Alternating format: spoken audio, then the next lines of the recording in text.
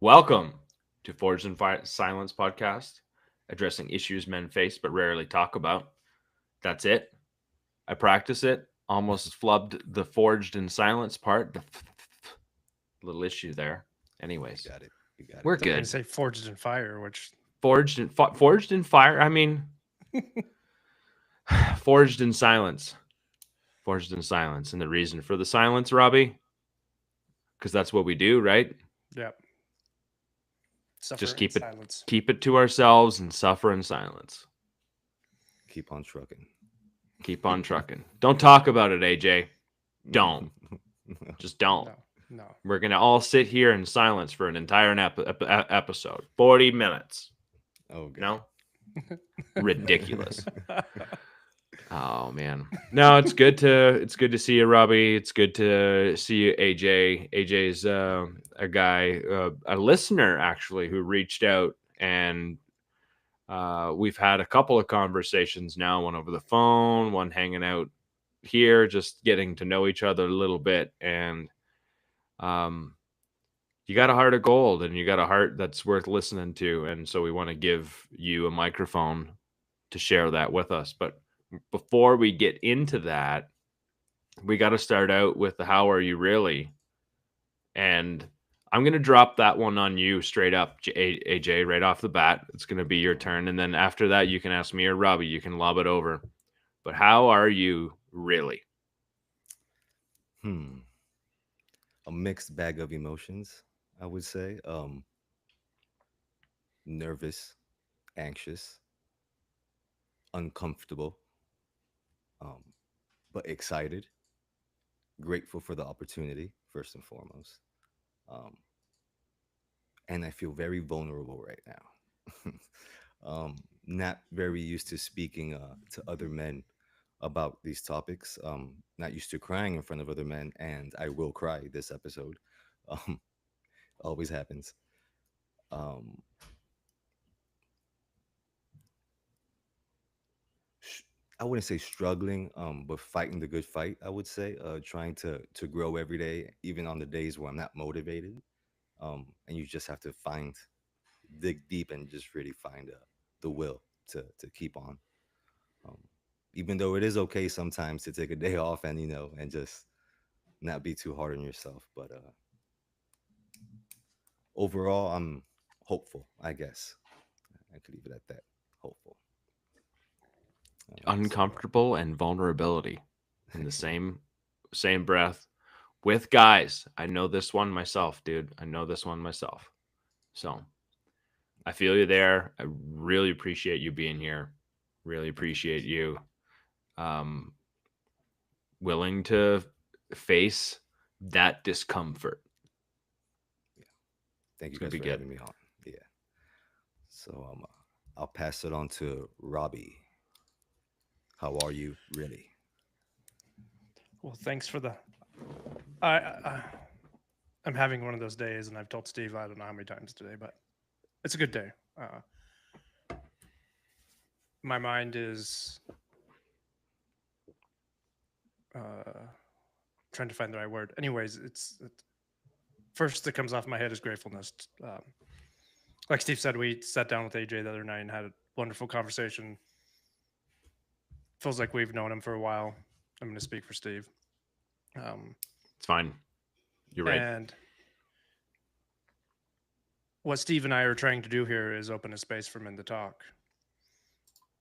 And I've talked about this before where sometimes I don't feel it's real. I don't feel that I'm worthy. But today I've had one of those type of breakthrough, open another door thing where how can we keep this going? How can we keep the motivation going? How can we get more men on board to have space? I know what it's done for me in the last month or so, and it keeps building. Uh, and it keeps building. There could be a lull, but you know what? I'm gonna ride this roller coaster to the top, and I'm so grateful for this experience and what I'm learning,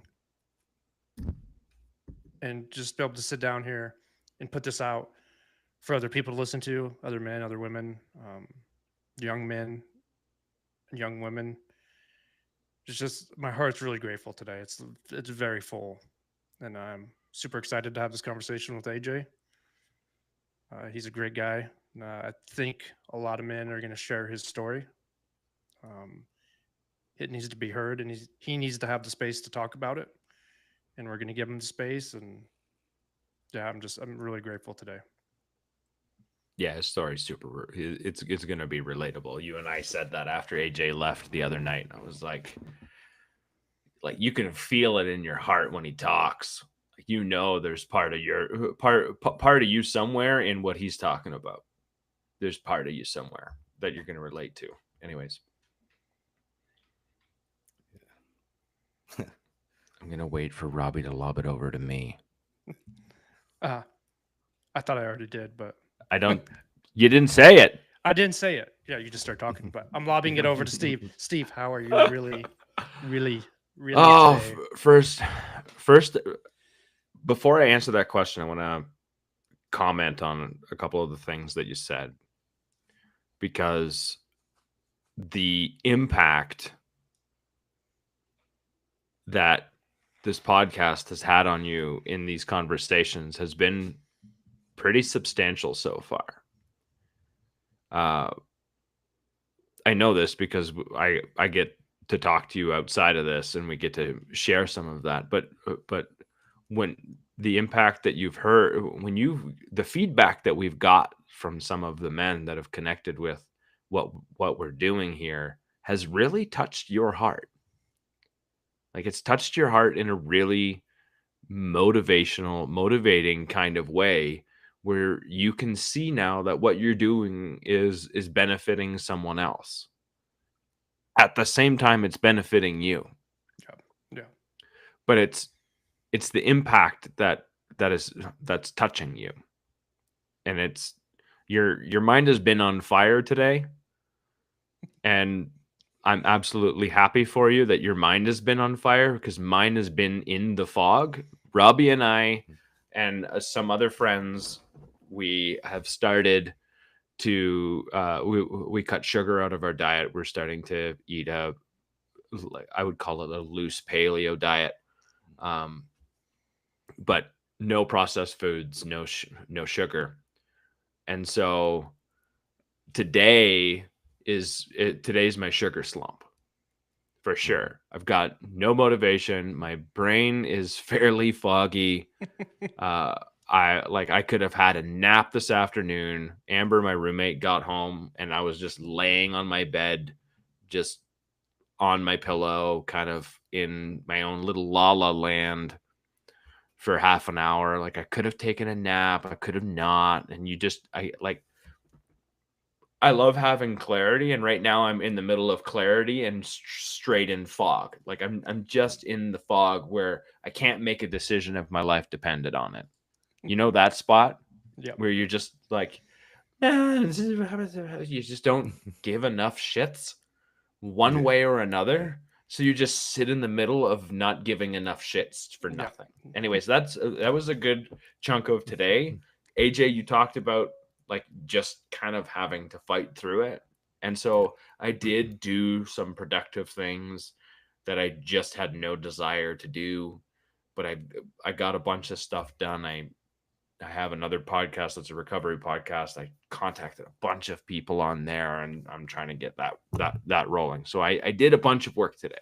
How am I really? That's where I'm at. I'm in the brain fog. I don't have a lot of energy. I'm just kind of,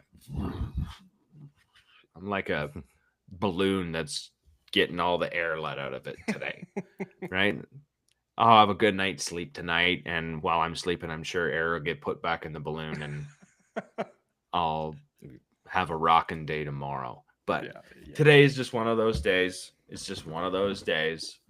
You just exist today. Yeah, it's a day off of work today, so I've got really nothing super pressing that's on my plate, and so I probably just needed a day of rest as well. So there's that, but I'm definitely in the brain fog of taking sugar away, which I'm looking forward to the clarity that comes after, because eating Mhm. a pretty clean diet does wonders for um, my mental health and my physical health. Absolutely. Yeah. Shout Okay. out to you guys for cutting sugar, because I don't think I could, honestly. I've tried, but I don't think I could. There's no way. No We'll throw you in on the next round. Yeah, way. the next round.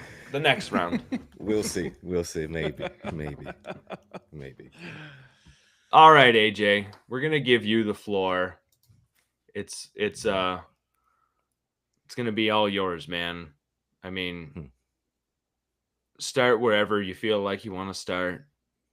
We'll ask you some questions. We know a little bit of your story already, a little bit of what you can bring to the table. But why did you start listening to the podcast? It's probably a great place to start. Hmm. It's probably because you connected with it right away. So Yeah. um, I think that'll lead you right where it needs to. Yeah. So for the last few months I've been going through what I guess we can call growth. Um I'm 35. Um I feel at least like it's late, but I know it's there's no such thing as late when it comes to growth. Um so about 7 months ago, my girlfriend of 5 years broke up with me, and I'll be honest, the straw that broke the camel's back was that I called her a piece of shit. um I've never disrespected her before like that. Don't know why that day came out. I remember speaking to myself before speaking to her, and like, AJ, calm down. Just tell her how you feel. You know, have a conversation. Um, and she was in the balcony, and we got in a stupid argument. Again, insecurities. That's going to be a big focal point for today. I feel like insecurity. Um, I used to use her car all the time um, because I couldn't afford my own. So that morning, I had to go buy groceries, and she asked me if I can at least try to hurry because she wants to go get breakfast with her sister. Um, and then she continued to give me options. She's like, "Okay, you can drop us off at the restaurant and then continue on," and gave me a couple more options. Um, but I was so blinded by the fury for some reason, and that fury came from insecurity. Not when I look back. Um, so I just ignored everything she was doing, and I just got mad. So I went outside and I told her, "You're a real piece of shit." you know, um, she didn't say anything. Um, she's not the type of person to not say anything. So I knew something was wrong. I knew I fucked up. Um, so she just walked away from me, went into the room, and I just laid in the sofa, just blank. Wasn't thinking. Just laying on the sofa.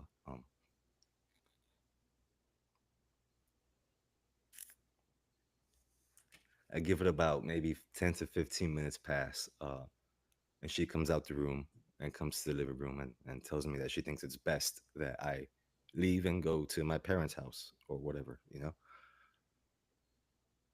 Um, I wasn't in shock, but I just didn't know what to say, so I said nothing.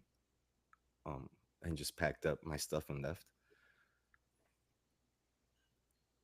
Uh,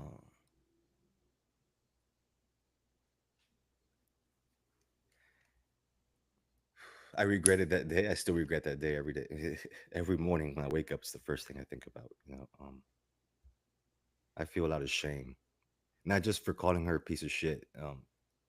I did so much more. I didn't cheat on her. I did never laid a finger on her, but I was never there for her. Uh, she wanted simple things, just to go on walks, um, hang out more. Fucking go to the restaurant and buy some chips, some nachos or something. Nothing serious. And I would get defensive, and I'll be like, "Yeah, but I take you here and I take you there and I do this and I do that," instead of just listening to her. Um, and it was 5 years of this repetitive behavior. Um, and you know, I'm sure she's gonna hear this, and I don't think she's gonna mind me saying this, but she struggles with a panic disorder. Um, and me being her man, I should have put that into thought, and been there for her more. Um, so uh, I worsened her panic disorder with my behavior, until she broke up with me. Now, why did I act that way? Why was I so insecure? That's something I've been trying to figure out. I go to therapy now twice a week. It's something I speak to my therapist about often. Um, and it comes from feeling worthless, I guess, growing up, and not feeling like enough, um, because of family, parents, friends. So it gets so much more deeper. But yeah, so she breaks up with me, and I can't stop thinking. I come back to my parents' house. I can't stop thinking about it for 2 weeks at least. I was just paralyzed for 2 weeks. I couldn't do shit. I couldn't watch TV. I couldn't go out. I couldn't do anything. I'll go to the gym and be there for 3, 4 hours, just floating around existing. So I had to keep myself busy. And I was like, all right, I wanted to do real estate for a long time. I've wanted to become an agent. So I'm like, I have $800 in my bank account. I spent every penny on signing up for the course. And it was just to distract myself, honestly. It wasn't to better myself, to be honest. It was just to distract myself from the whole situation. Um, but the morning of the first day of the course, I walk into the classroom and I told myself, I'm gonna do shit different this time. Um, and it was the simplest thing. It was very small. It wasn't this monumental step. I just told myself I'm gonna sit in the front of the class. You know, um, I've always been the guy that sits in the back, hides. So, and at the time, I thought it was just a small decision. But now looking back, I'm like, that's the choice, the decision that started the trickle effect that kicked off the growth. Because I did something I wasn't used to, I made myself uncomfortable. Um, and by doing that, I mean, I did great. Every question the teacher asked, I was the first one answering. Passed all my exams first try. So I started building this confidence, that I never had before. I started realizing, if I just step into the unknown and do the uncomfortable shit, I I can come out on the other side. I can prove to myself that I'm not worth this. I can prove to myself that I'm capable of a lot. So then I started thinking, I passed my exams, I got my license, and I'm doing interviews. And one day I sit down, and I just start thinking, I'm like, bro, it could have all been so fucking easy. My girl just wanted to go for a walk. I just had to be there for her, la la la la. Start thinking about everything. Um, and then I realized, like, I still love this girl, and I love her more now than I did fucking when I should have. And every step I took before that, I realized it was with her in the forefront of my mind. Um, because I have this pattern of when I'm hurt, I dig myself a deeper hole. But this time I didn't. Um, and it was because I always had her in the back of my mind. I'm like, her name's Crystal, so I would say, what would Crystal do? What would Crystal think? Yeah. Um, so I told myself I want to get in contact with her. I knew it was impossible at the time. The last two times we spoke before that, she chewed my ass, and well deserving. A well-deserved ass chewing. Bro, I mean, me being a an idiot, instead of asking her how she's doing, I asked her how our dog was doing. Oh, Um, and I knew what I was doing. yeah. So whatever, she's on my mind constantly. And then I get hired by a brokerage. Um, and I told myself, I live in South Florida, so I told myself, all right, I'm going to establish myself, make some money. and then look to move into Central Florida, the Orlando area, and all that. And then I started thinking, will I miss my parents? I'm like, yeah, I'll miss them, but I'll be fine. Will I miss my sister? Yeah, of course, but I'll be all right. Then for some reason, I think, would I miss Crystal?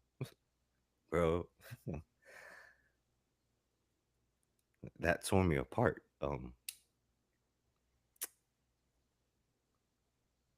was like, I haven't spoken to this girl, and I probably won't ever speak to her again. But yet, knowing that there's this much distance between us killed me. And I start thinking, why is this hurting me so much? And I'm like, bro, I need to speak to this girl, you know. So I believe in signs. I believe in the universe speaking back to you when you ask. Um, so I asked. I'm like, if I should message her or try to speak to her, um, I need a sign. You know, I need a sign. So July 4th weekend, I go on a camping trip with my family. Um, it's having a good time. And that Saturday, I couldn't sleep. Start thinking about Crystal, Crystal, Crystal, Crystal. Like, fuck, what's going on? 3 something in the morning. I go calm my mind the only way I know, and that was to smoke some weed. So I go smoke some weed. I come back in, and I'm able to fall asleep. The next day, I come back to Miami, and I get a text from her sister telling me that they found some more of my stuff at the apartment if I wanted to stop by and pick it up. I said, all right, fine. I didn't know what it was, but I was like, all right, I'll go pick it up. So I go to our old apartment, I pick up my stuff, come back to my mom's and my father's house where I'm staying right now. Um, and the bag just rips open in my room. As soon as I walk in, it rips open, and this Winnie the Pooh plushy teddy bear that I bought her once was the first thing that fell out, the very first thing. And that killed me because it holds sentimental value because she slept with it often. Um, and I knew her returning it was like it felt like a blow to the heart. Like it fucked me up. Um, but I said, "There's my sign. That's my sign." Um, so I sent her that message, and it didn't deliver for a couple hours. So I'm like, "Oh fuck, I'm still blocked." Oh well.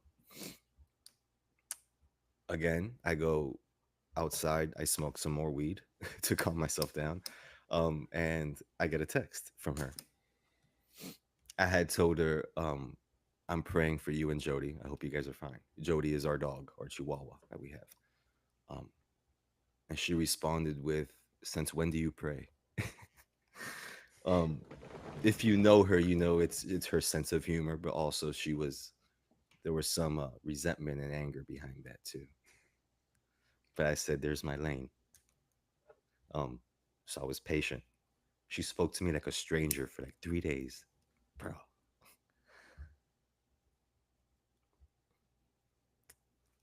Uh, You can feel that emotional distance.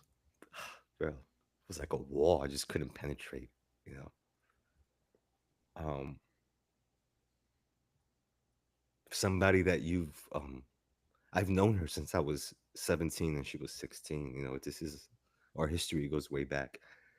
And for somebody you know that well, that and you love deeply, and you've been through so much with, to speak to you like a stranger, oh, fuck. Um, it tore me up, but I said it, stay your course, you know. Just listen to her, let her say whatever she has to say.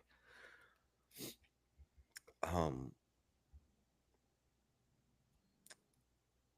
so I've been doing just that for the last month.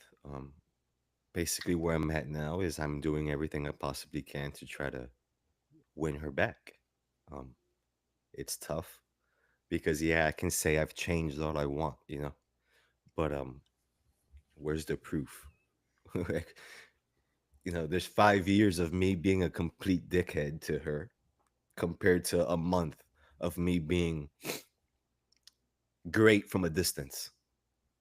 You know, being there for her again from a distance because you know, There's no relationship this time. Um,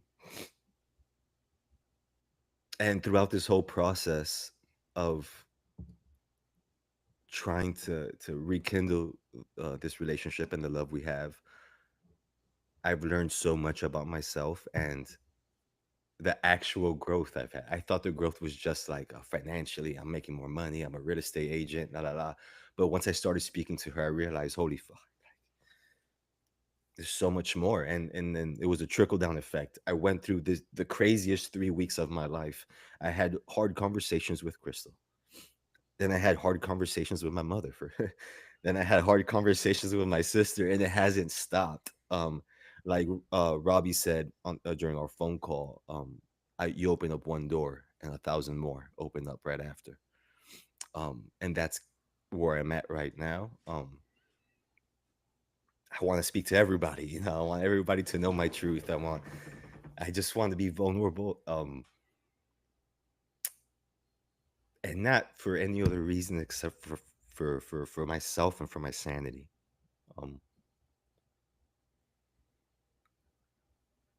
I know I'm going off right now on a tangent, but Tangent all you want. This is you, man. Yep.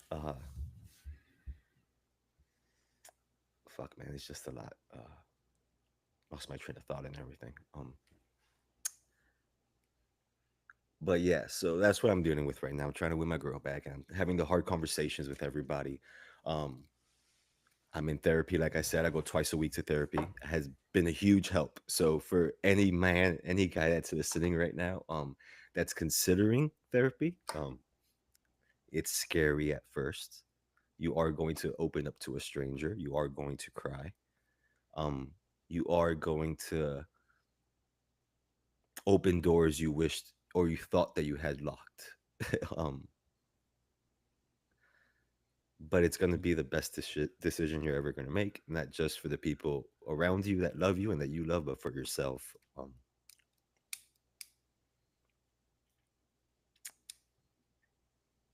What made you think you needed to go to therapy?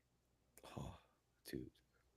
What was the like, man, I the moment where you were like, I should go and talk to a therapist about this? So it's something I've known for a very long time that I needed to do. Years.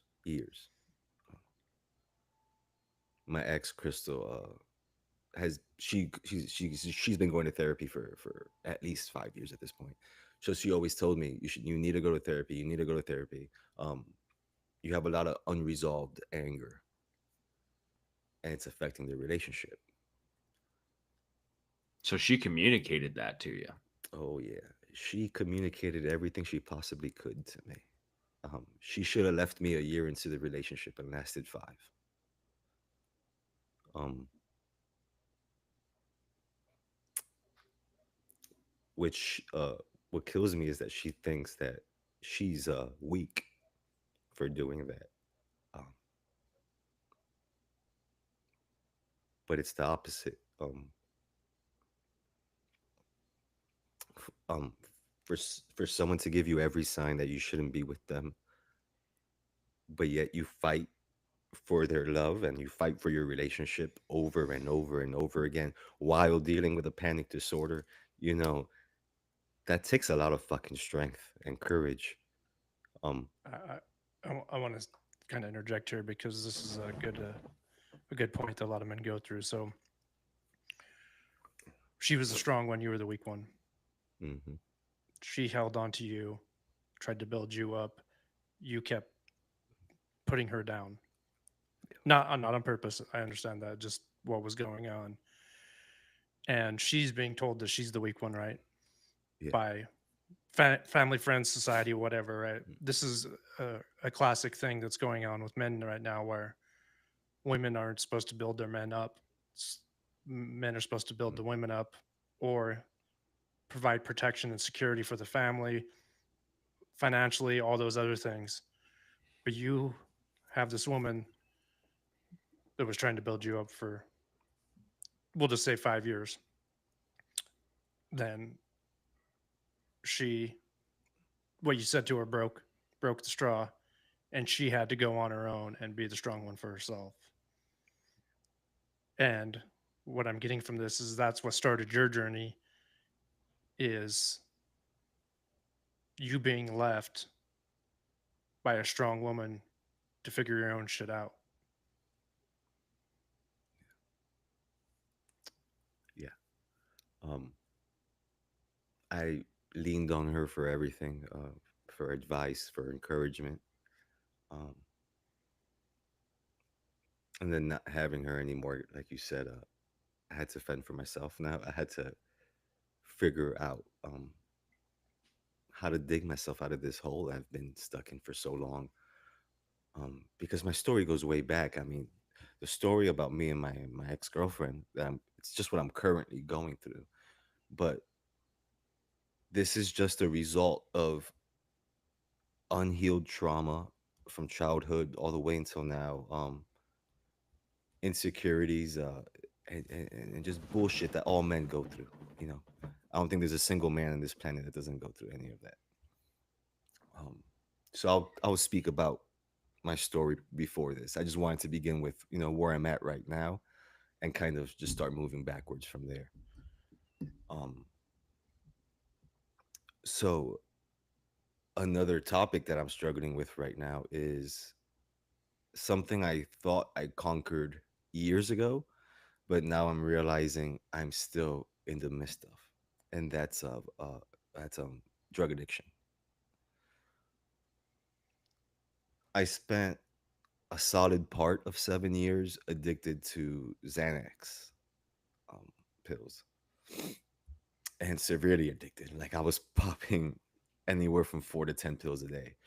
Um, bad. Uh, and I think about my drug addiction, and I'm like, where did that come from? Like, I was anti-drugs my whole life, and this and that. Then you got to go back again, and it's from childhood. Why did you have to numb yourself? What pain did you go through? Another common topic for men: betrayal from other men. Um, Betrayal from other men, and not just friends, but family. My father never being there for me. I had a stepfather, but might as well have been a wall, you know. So basically, what I'm trying to say, I keep going off. Sorry. The way I'm acting now is all because of who I was as a kid and what I went through as a kid, and that's something I want all guys to realize, because a lot of guys just think that they're a piece of shit because they're a piece of shit. Like that's just who they are, and it's not the truth. It's not. It's far from the truth. It's a we become the coping mechanism to not have to face the things that that are getting in our way. So you can walk around in anger all of the time, and that anger is just the shield. Yeah. That anger, like, we're not meant to walk around angry and pissed off at the world. We're just not. But we're also disconnected because we also, I mean, it's tough. Look at that comment. Really inspiring vulnerability in being able to face that now. From Armand. Thank you. Thank you, Armand. Yeah. It's tough to relearn. It feels like you're relearning how to do stuff, right? It's tough to feel like a kid again, in some ways, especially mentally. And then trying to figure out how to connect with other men, because you feel like you should be able to do this thing. It shouldn't be pretty easy. But like, I know for me, talking to other dudes was hard. Like, it was harder to talk to other dudes than it was to talk to women. And I thought there was like there was something broke in me because I was like, I'm just not connecting. I'm just not. What is that? And I think I needed to meet another guy that was willing to meet me where I was and say, and then have that conversation with me where I was. Like, I didn't realize that I was just scared of being hurt by another man. Right? Is what it comes down to. Put it away, suck it up, blah, blah, blah, blah, blah. And there's times where we have to do that. Absolutely. It doesn't mean you don't get to deal with it later on. That's the one thing that I've learned. Like, you can suck it up, hike up your pants, and carry on about life. And you can carry that shit in your backpack because your backpack got full and it blew up in your face. And it affected relationships and it affected everything else until you're like, holy crap. Why did I end up where I ended up? And it's like you did it blindfolded. Autopilot. It's kind of how it was for me too. Yeah. Same with me. And the more I talk about it and think about, I really couldn't open up to anyone, men or women. Same type of thing, with you, AJ. Father was not there, still really isn't there. So I never was able to have those conversations with a man. I could have those conversations with my mom, no problem. Some other women, sure. Girlfriends, relationships, fuck no. No, we're not having that conversation because that made me feel weak. I felt so weak and not a protector and just a shitbag because I'm telling you how I feel. Being vulnerable. Then when in those relationships they would tell me how I was feel, I would treat her like a man. Fucking pull your pants up. Get through this shit, Kind of like you were doing too. Wrong way, right? They're trying to be vulnerable to us and I was just like, I don't got shit for you. Be better. Because that was where I was at. I didn't know how to be better. And now being able to navigate, like shit, I couldn't talk to anyone. Now I can have these conversations and you kind of hit something that's like, once you start taking that stuff out of your backpack, you draw a line in the sand and you're like, you step over and you're like, I don't know anything. I am that little 5-6-year-old kid. Where do I start? What do I do? Who am I? And there's a lot of trauma undoing, right? But how do you even know what that trauma is? And I think for me, and the thing I like and enjoy is something always new, like open that door and it makes me feel uncomfortable and I have to deal with it. That motivates me. Why does it motivate me? Because I know that there's growth on the other side of that for myself. It's scary. It's really scary at times. And be able to sit here and just talk with men. We all share a lot of the same stories, especially with our fatherhoods, with our fathers. And for me to be the best father I can to my daughter is, purpose, a legacy, all that stuff. And it's also at the same time, like, I get to give back what I didn't have. And I don't know if you were this way, but I wanted to be loved so much by my father. I would look to my friends for that love.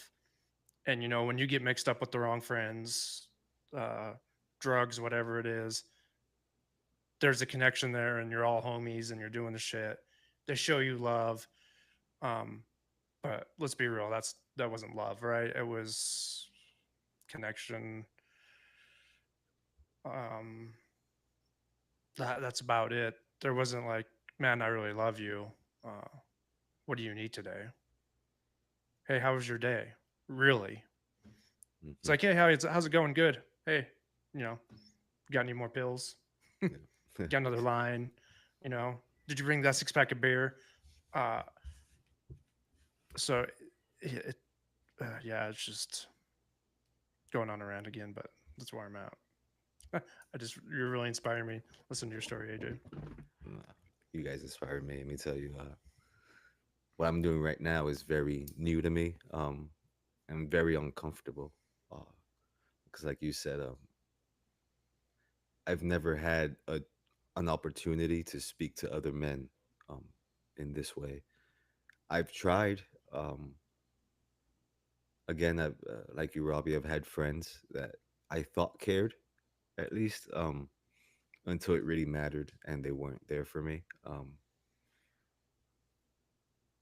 And I one thing that happened to me is, and I realized this later, I would reach out to all my guy friends, often. I would say every 2 weeks, more or less, and ask them how they are and if they're going through anything, and I'm here for them if they need to speak, you know.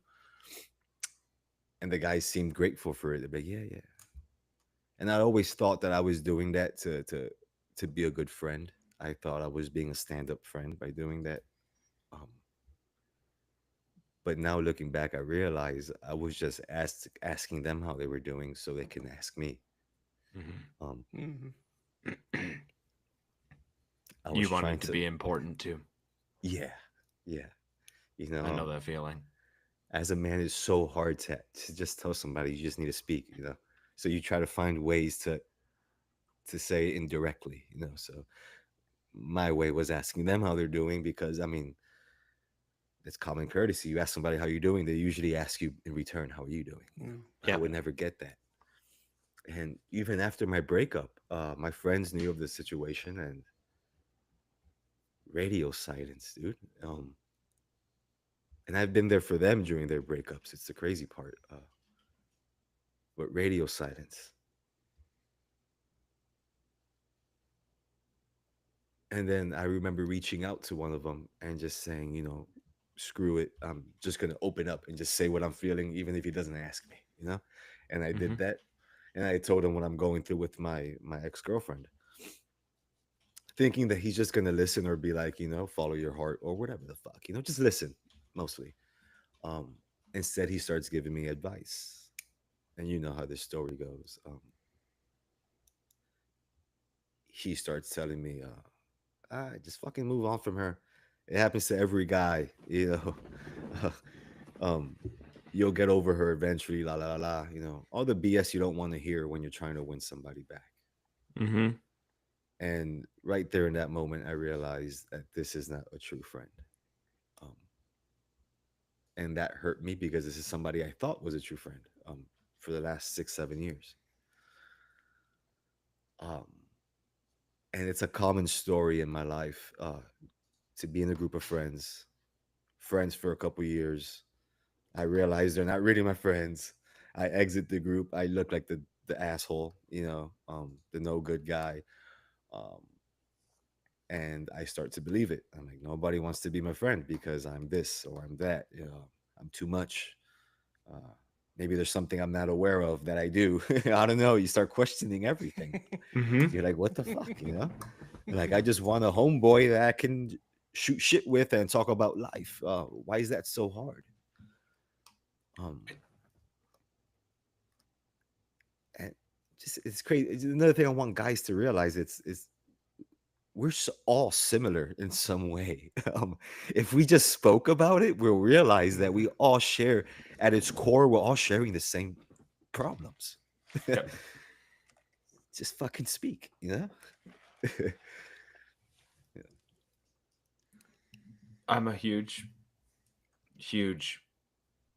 and I said this two episodes ago. I'm a huge proponent of talking about it.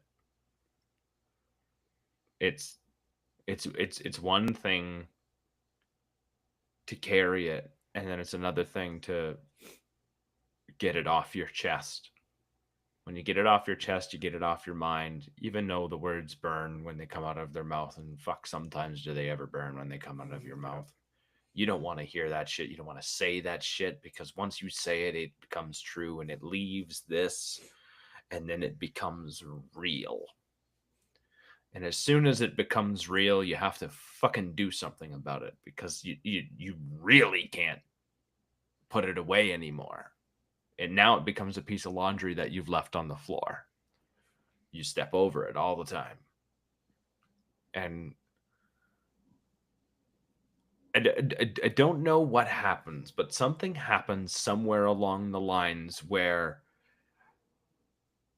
the conversations that you find valuable were surface level conversations, and you were happy in that spot and they were great. And then at some point in time in your life where shit hits the fan and whatever it is, and I think we all have shit hit the fan moments,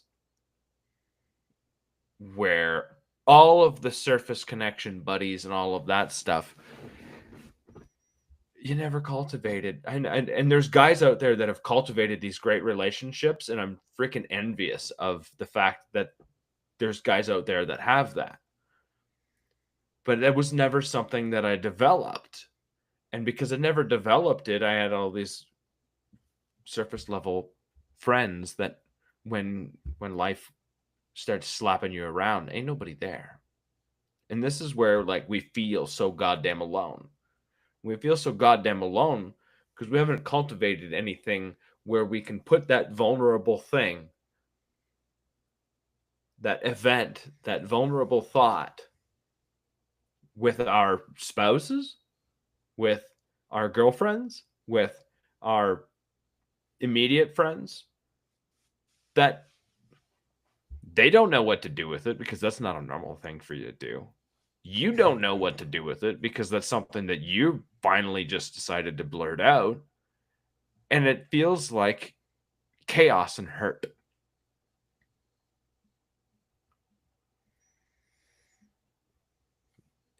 And you, from my own, you look around and you go, fuck, am I ever lonely? Yeah. And then you How did I go get and you here? do the same things that you did before because they're like your autopilot comfort zones.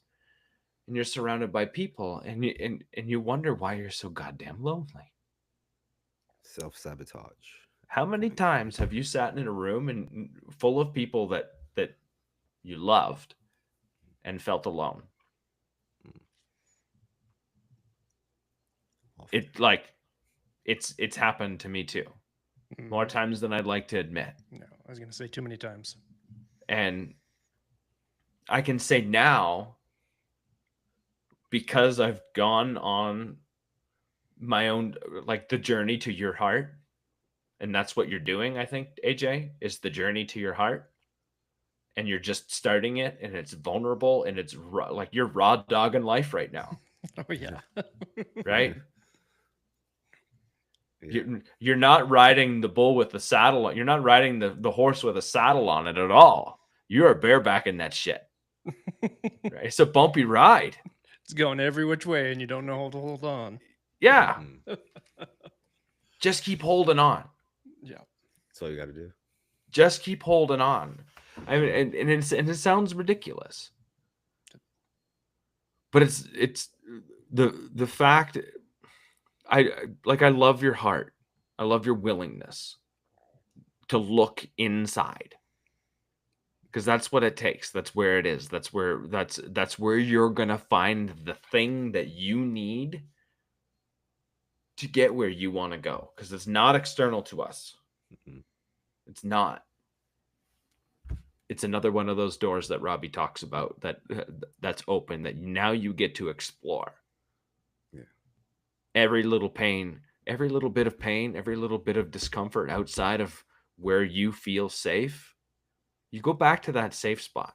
Go back to it when you hurt, when you've gone out and done discomfort, when you've gone out and felt raw, and go back to the safe spot. Settle out, get back out there. It's a wild ride you're on. Yeah, scary too. What makes it scary? Um, the unknowing, and especially now in the beginning of this journey I'm on, you tend to question yourself. So at least I do. I tend to question myself sometimes. I'm like, is this sustainable? Um, is this something that, because it's happened to me before? I'm motivated for Yeah. 2 3 weeks, taking ice showers in the morning every day, getting to the Mhm. shit, um, and then I just fall off the wagon. So I have these moments of self doubt, and I can see myself, if I let myself, I can see myself falling back into the same old patterns. So even in silence, I have to fight every day to make sure I don't fall back into those patterns. And you'll catch yourself. Oh yeah. It's not a conscious thing. You just go. It's natural for you to go back to old patterns when you're scared, when you're worried. Um, so that's what's really messing with me sometimes. It's the moments where I start to doubt the growth and the journey I'm on, because I don't want to do this all for nothing. And if I don't do this, I feel like this is life and death for me. What do you think helps you through that?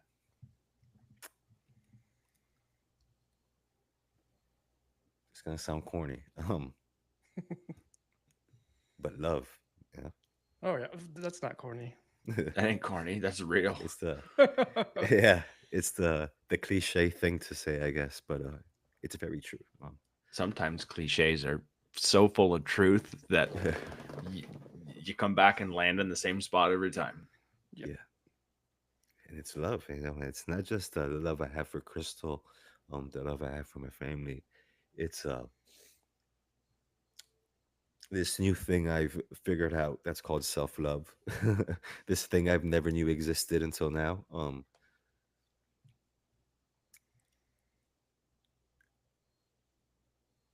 I never knew what it was to love myself, even though I thought I did. But I didn't. I mean, that's why I'm tattooed everywhere. I mean, it was all defense mechanism. I didn't like who I was. I was pushed aside, casted away by people. I Yep. gave them more reason to push me aside, cast me away. It was your Um, protection. It was your shield. Mm-hmm. yeah. And it's because the truth is, I didn't like who I was. I had no love for myself, no respect for myself. And I was one of these people that said, I don't give a shit what anybody says or anybody thinks. You know, Yep. it's always the ones that say that shit that give all the fucks. Fucks. Yep. They care about everything. That dude was Yeah. talking shit about my shoes. Yeah, you become super self-conscious. It's horrible. It's horrible. Yeah. Um, so the driving force in those moments for me is love, love for myself, and I'm gonna be honest, for Crystal. Um, Another cliche thing I know. This girl's my soulmate.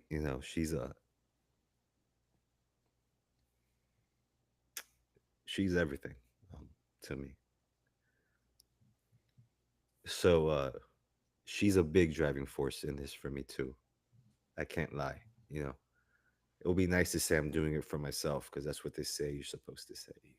But the truth is, it's partially for me, but also a big part of it's for her because the love I have for her, I just want to heal, every wound that I caused and everybody before me caused. And I want to give her all the love I couldn't give her years ago.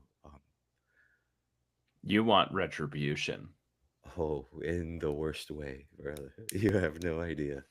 Um, but a very not in a selfish way. In a very I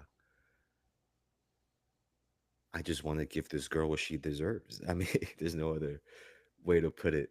Um, so Sounds like there's she's it you sounds know, like there's a lot of guilt there. oh yeah, shame and guilt, um, which I'm working on. And Um, I, I think once you continue to work through this, I think some stuff will change for the better. Because it sounds to me like you you made a mistake. You love this girl. some things are worth fighting for, and you're worth the fight, till the end for her, to give her what she deserves, what you couldn't give her. And I think at one point you'll find out that I don't know what that will be, but I think you'll come to something. And I know you'll come to something. And the day you do, uh, I can't wait to hear about it. Can't wait to tell you guys about it. You'll be the first people I message. Because a lot of times, I had to put myself first. If I didn't put myself first, I wouldn't be where I'm at today. And I've had some people say, well, your daughter should come first. And I'll be like, oh, no. If I can't be my best self, I can't be there for my daughter. Plain and simple. That usually shuts them up. But then they'll still have some stuff to say. And I'm just like, I don't care. This is about me.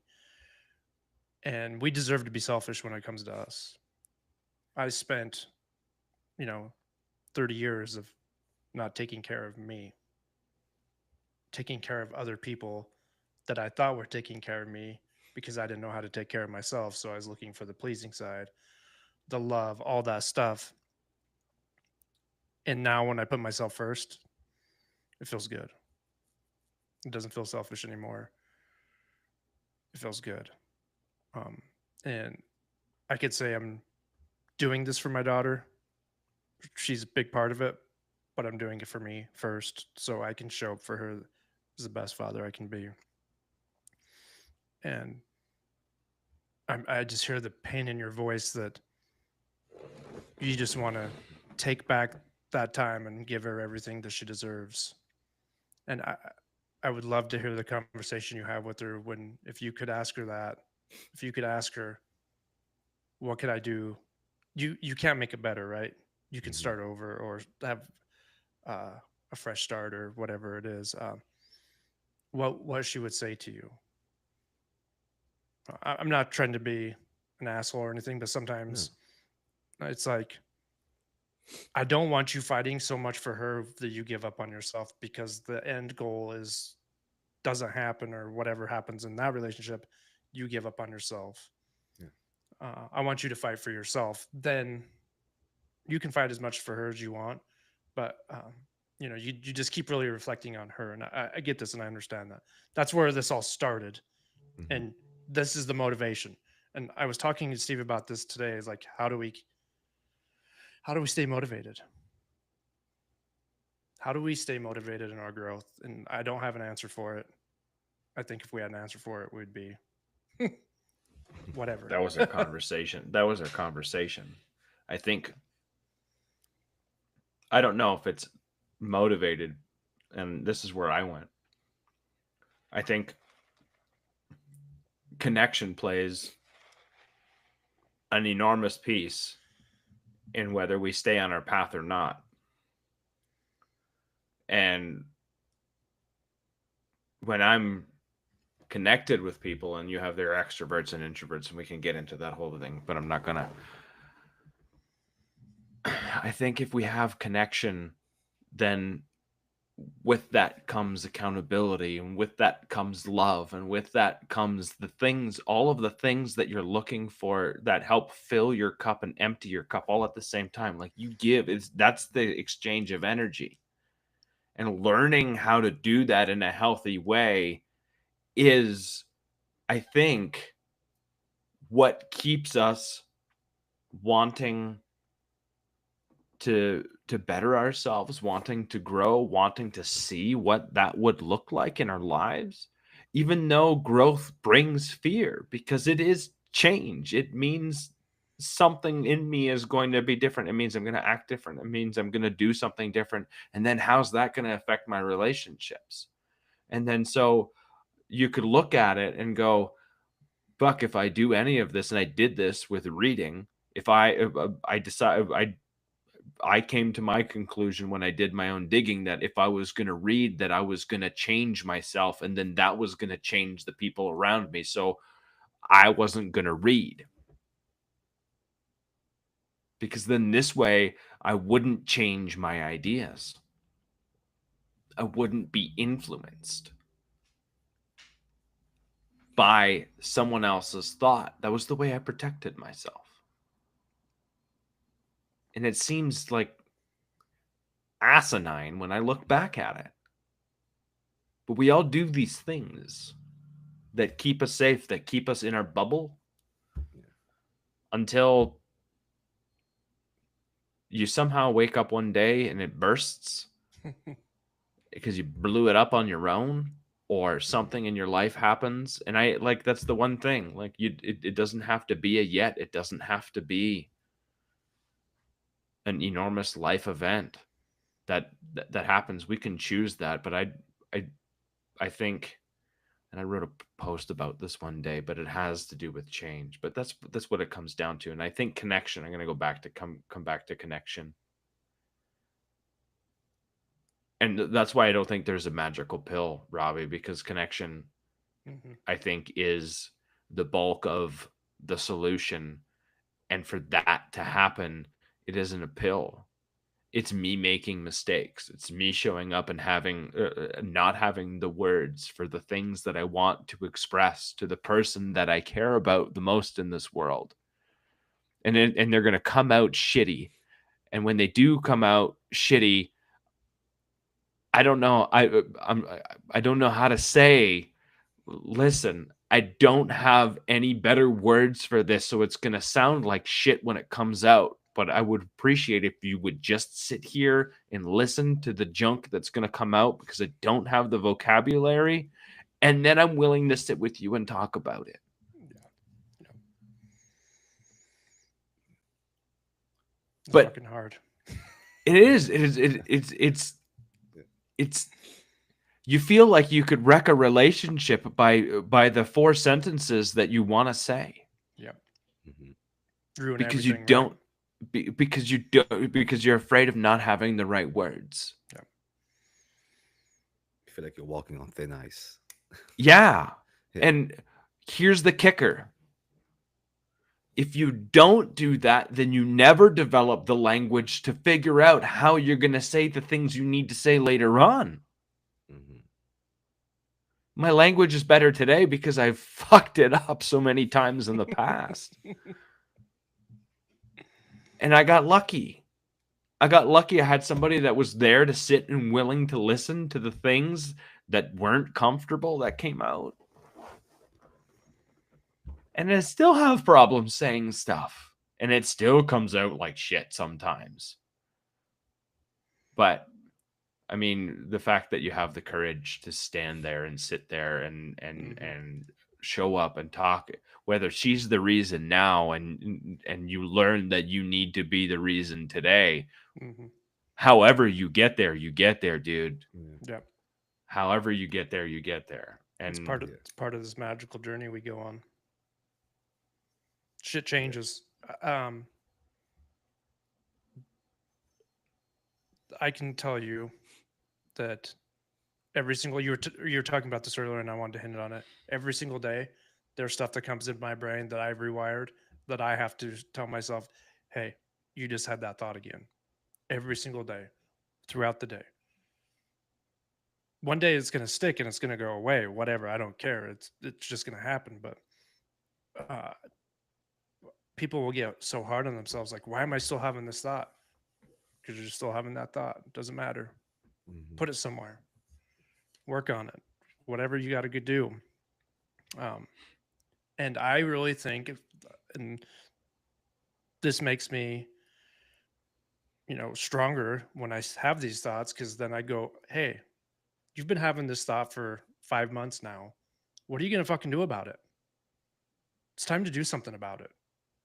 You don't, or if it's like, "Oh, I've already taken care of that. It's just popping up subconsciously. I've moved on to that. I've moved, I've done something else." And that's, another beautiful thing about just being present and loving yourself is having the presence to know where you started and where you're going. And I had a really hard time with that. Still working on it, and I always working on it. But when you have that connection and you have that man or a woman, it doesn't matter, but keeps telling you to look in the mirror and tell yourself you love you, uh, that that really hits home and reminds me of, hey, you got this. Mhm. You're worth it. Yeah. That self-talk is hard sometimes. Hard. Um, but I am working on forgiving myself, um, and Uh, giving myself some grace in these situations. You know. one thing I've learned: there's some things I can't forgive. I Mhm. just move on. It's okay. Not everything needs to be forgiven. I think that's where you're like, you know what? I just accept that this is fact now, Mhm. Hmm. and I can't change it. I can't move it. I can't do whatever. I got to find my way around it. Julie likes to say it in a really good way. Um, find a perspective in which I can live with it. What is a way, like, say it doesn't work out, you're gonna have to find a perspective in which that, like, it's you can still live with it. It might Yeah. suck. Nothing like, we can't all make our lives this beautiful, wonderful thing of good all the time, right? There's no Mm. and then there's no such thing as a bad emotion. We just tell ourselves that it's a bad emotion. We can't feel the hurt and we can't feel the pain. We shouldn't have to. But then, like, I don't think you get to experience the rainbow of the emotions that life gets to give us. Mm. Pain, if you just lived your life in full pleasure, Oh, then you've lost much, so many things that would have motivated you to create, because it just does. You get the good comes with the bad, Yeah. the joy comes with the anger. They all well, Um. Uh. One thing I want to go back to something Robbie mentioned earlier. Um. I did sort of lose myself in the beginning of the process of getting Crystal back. I poured so much into it that I kind of put myself on the back seat, you know. And she caught on to that, and thank God, you know, this is why I love her. She's a very aware. She's very self-aware. And she's the one that told me everything you're doing right now, make sure you're doing it for yourself, not for hmm me. You know, she tells me like nothing's guaranteed. I'm not making any promises. So whatever you're going through, make sure you're doing it for yourself and not just for me. Um, and you know, it gets you thinking, obviously, and you're like, damn, am I just? But no, I'm doing this for myself first and foremost. Whether ideally, I would love to be with her for the rest of my life. That's the plan. That's the goal. But if I'm not, I have to understand and accept that I'll be okay eventually, you know, but I'll be hmm. okay. Yep. Um, hmm so you know, I have to do this for me. Um, and she's just a cherry on top, pretty much. You know, she's the that's the icing way. on the cake. Yeah, Yeah. Yeah. she is the icing on the cake for me. You know, like she is. This is it's a lot. It's a matter of the heart to you. Yeah. Yeah, this is a very. I guess today's theme is cliche. Love at first sight is something that often gets pushed aside, and people say, you know, it doesn't exist. Love takes time. You know,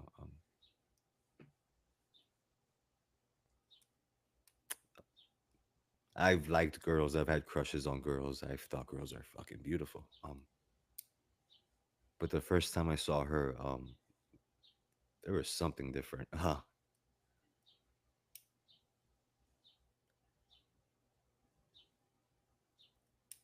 N- what I'm going through with Crystal right now isn't just me trying to win my ex back.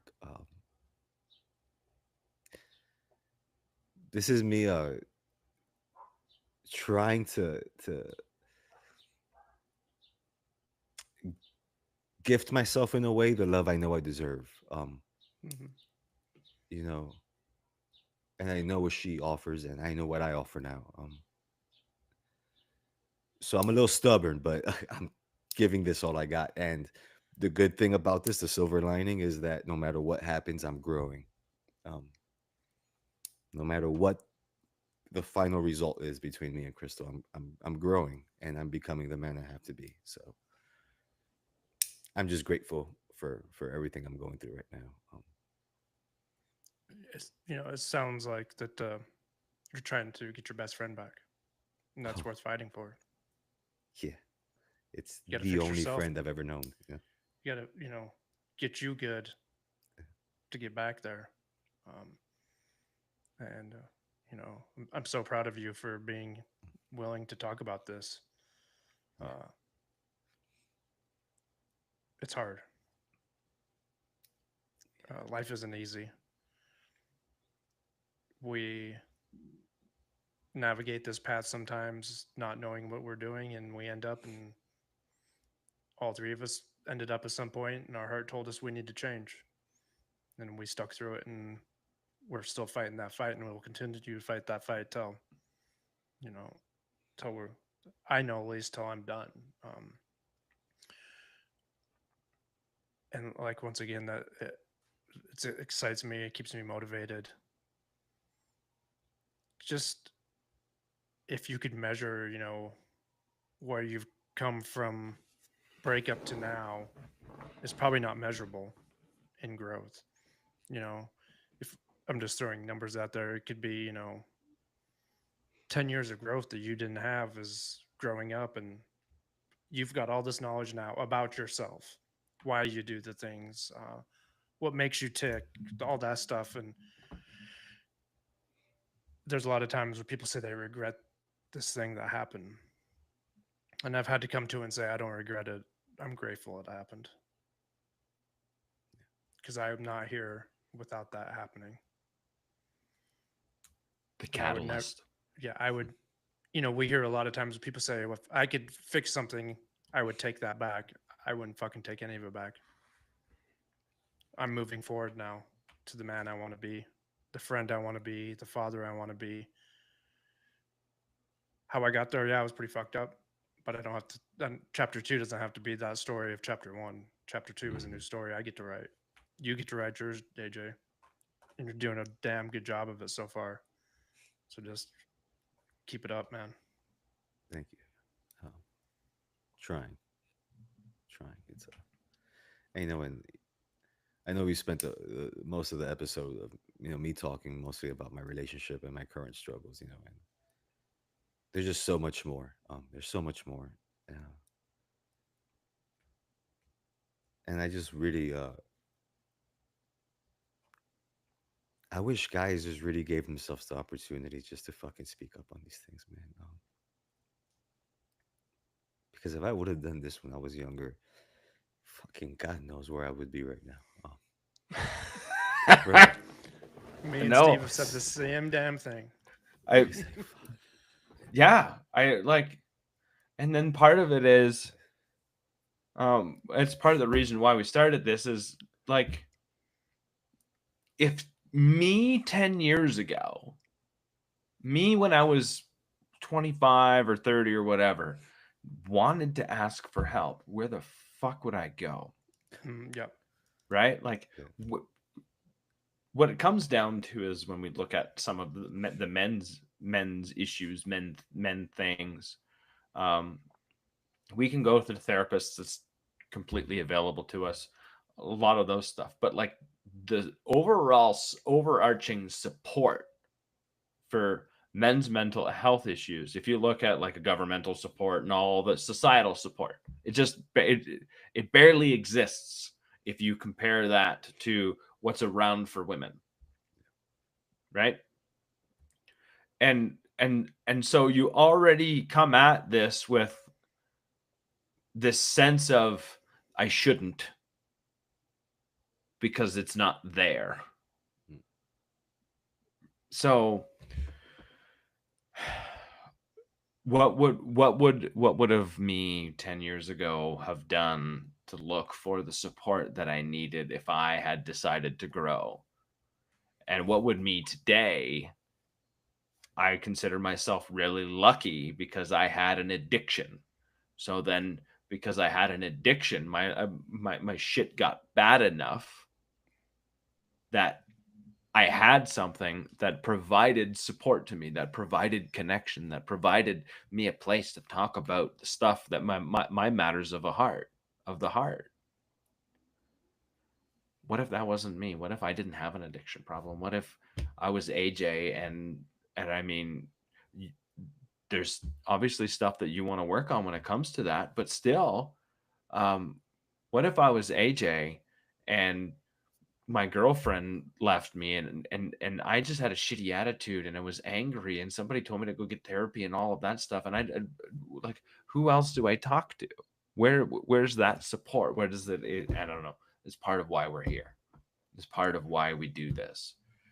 It is to bring a vulnerable, honest conversation out there to show that it's okay for men to talk because it is lonely.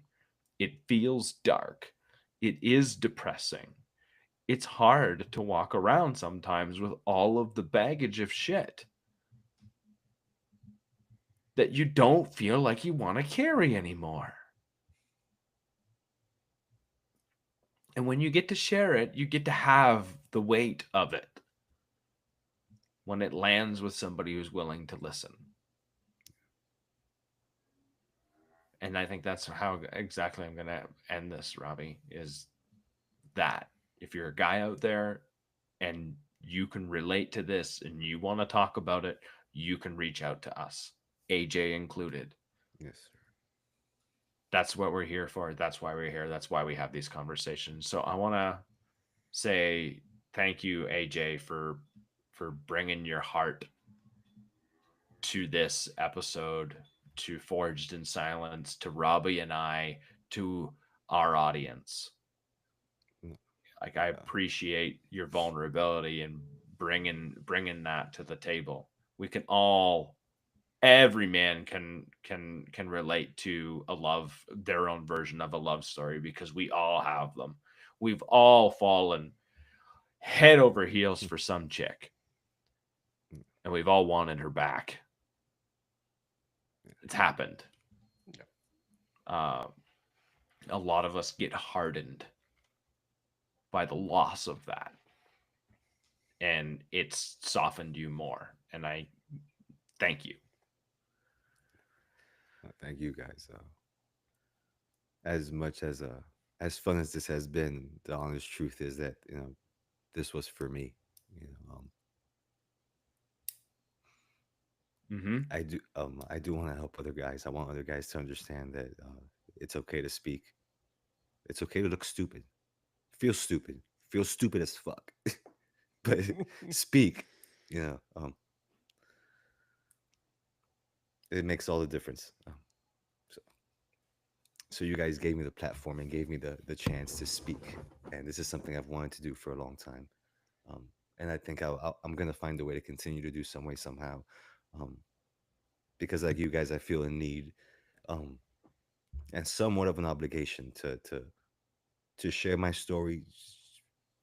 Not because my story is life changing or anything like that, but because it shows vulnerability, and it might lead to the next guy showing some vulnerability, and it's a trickle down effect.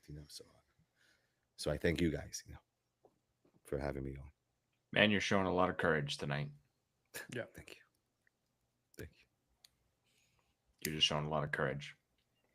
Thank you. I'm going to end this episode with anyone that is still listening at the end of this podcast and you haven't subscribed yet, hit that subscribe button. Just hit it. Just hit the button. We'll be good. ASAP.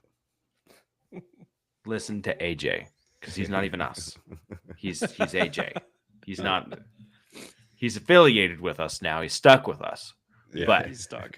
He's stuck with us. Anyways, AJ, it's been a pleasure, and I'm sure we'll talk to you tomorrow. Yes, sir. Yes, sir. Okay, man. We'll keep in touch. Thank you guys so much for everything. Appreciate you guys.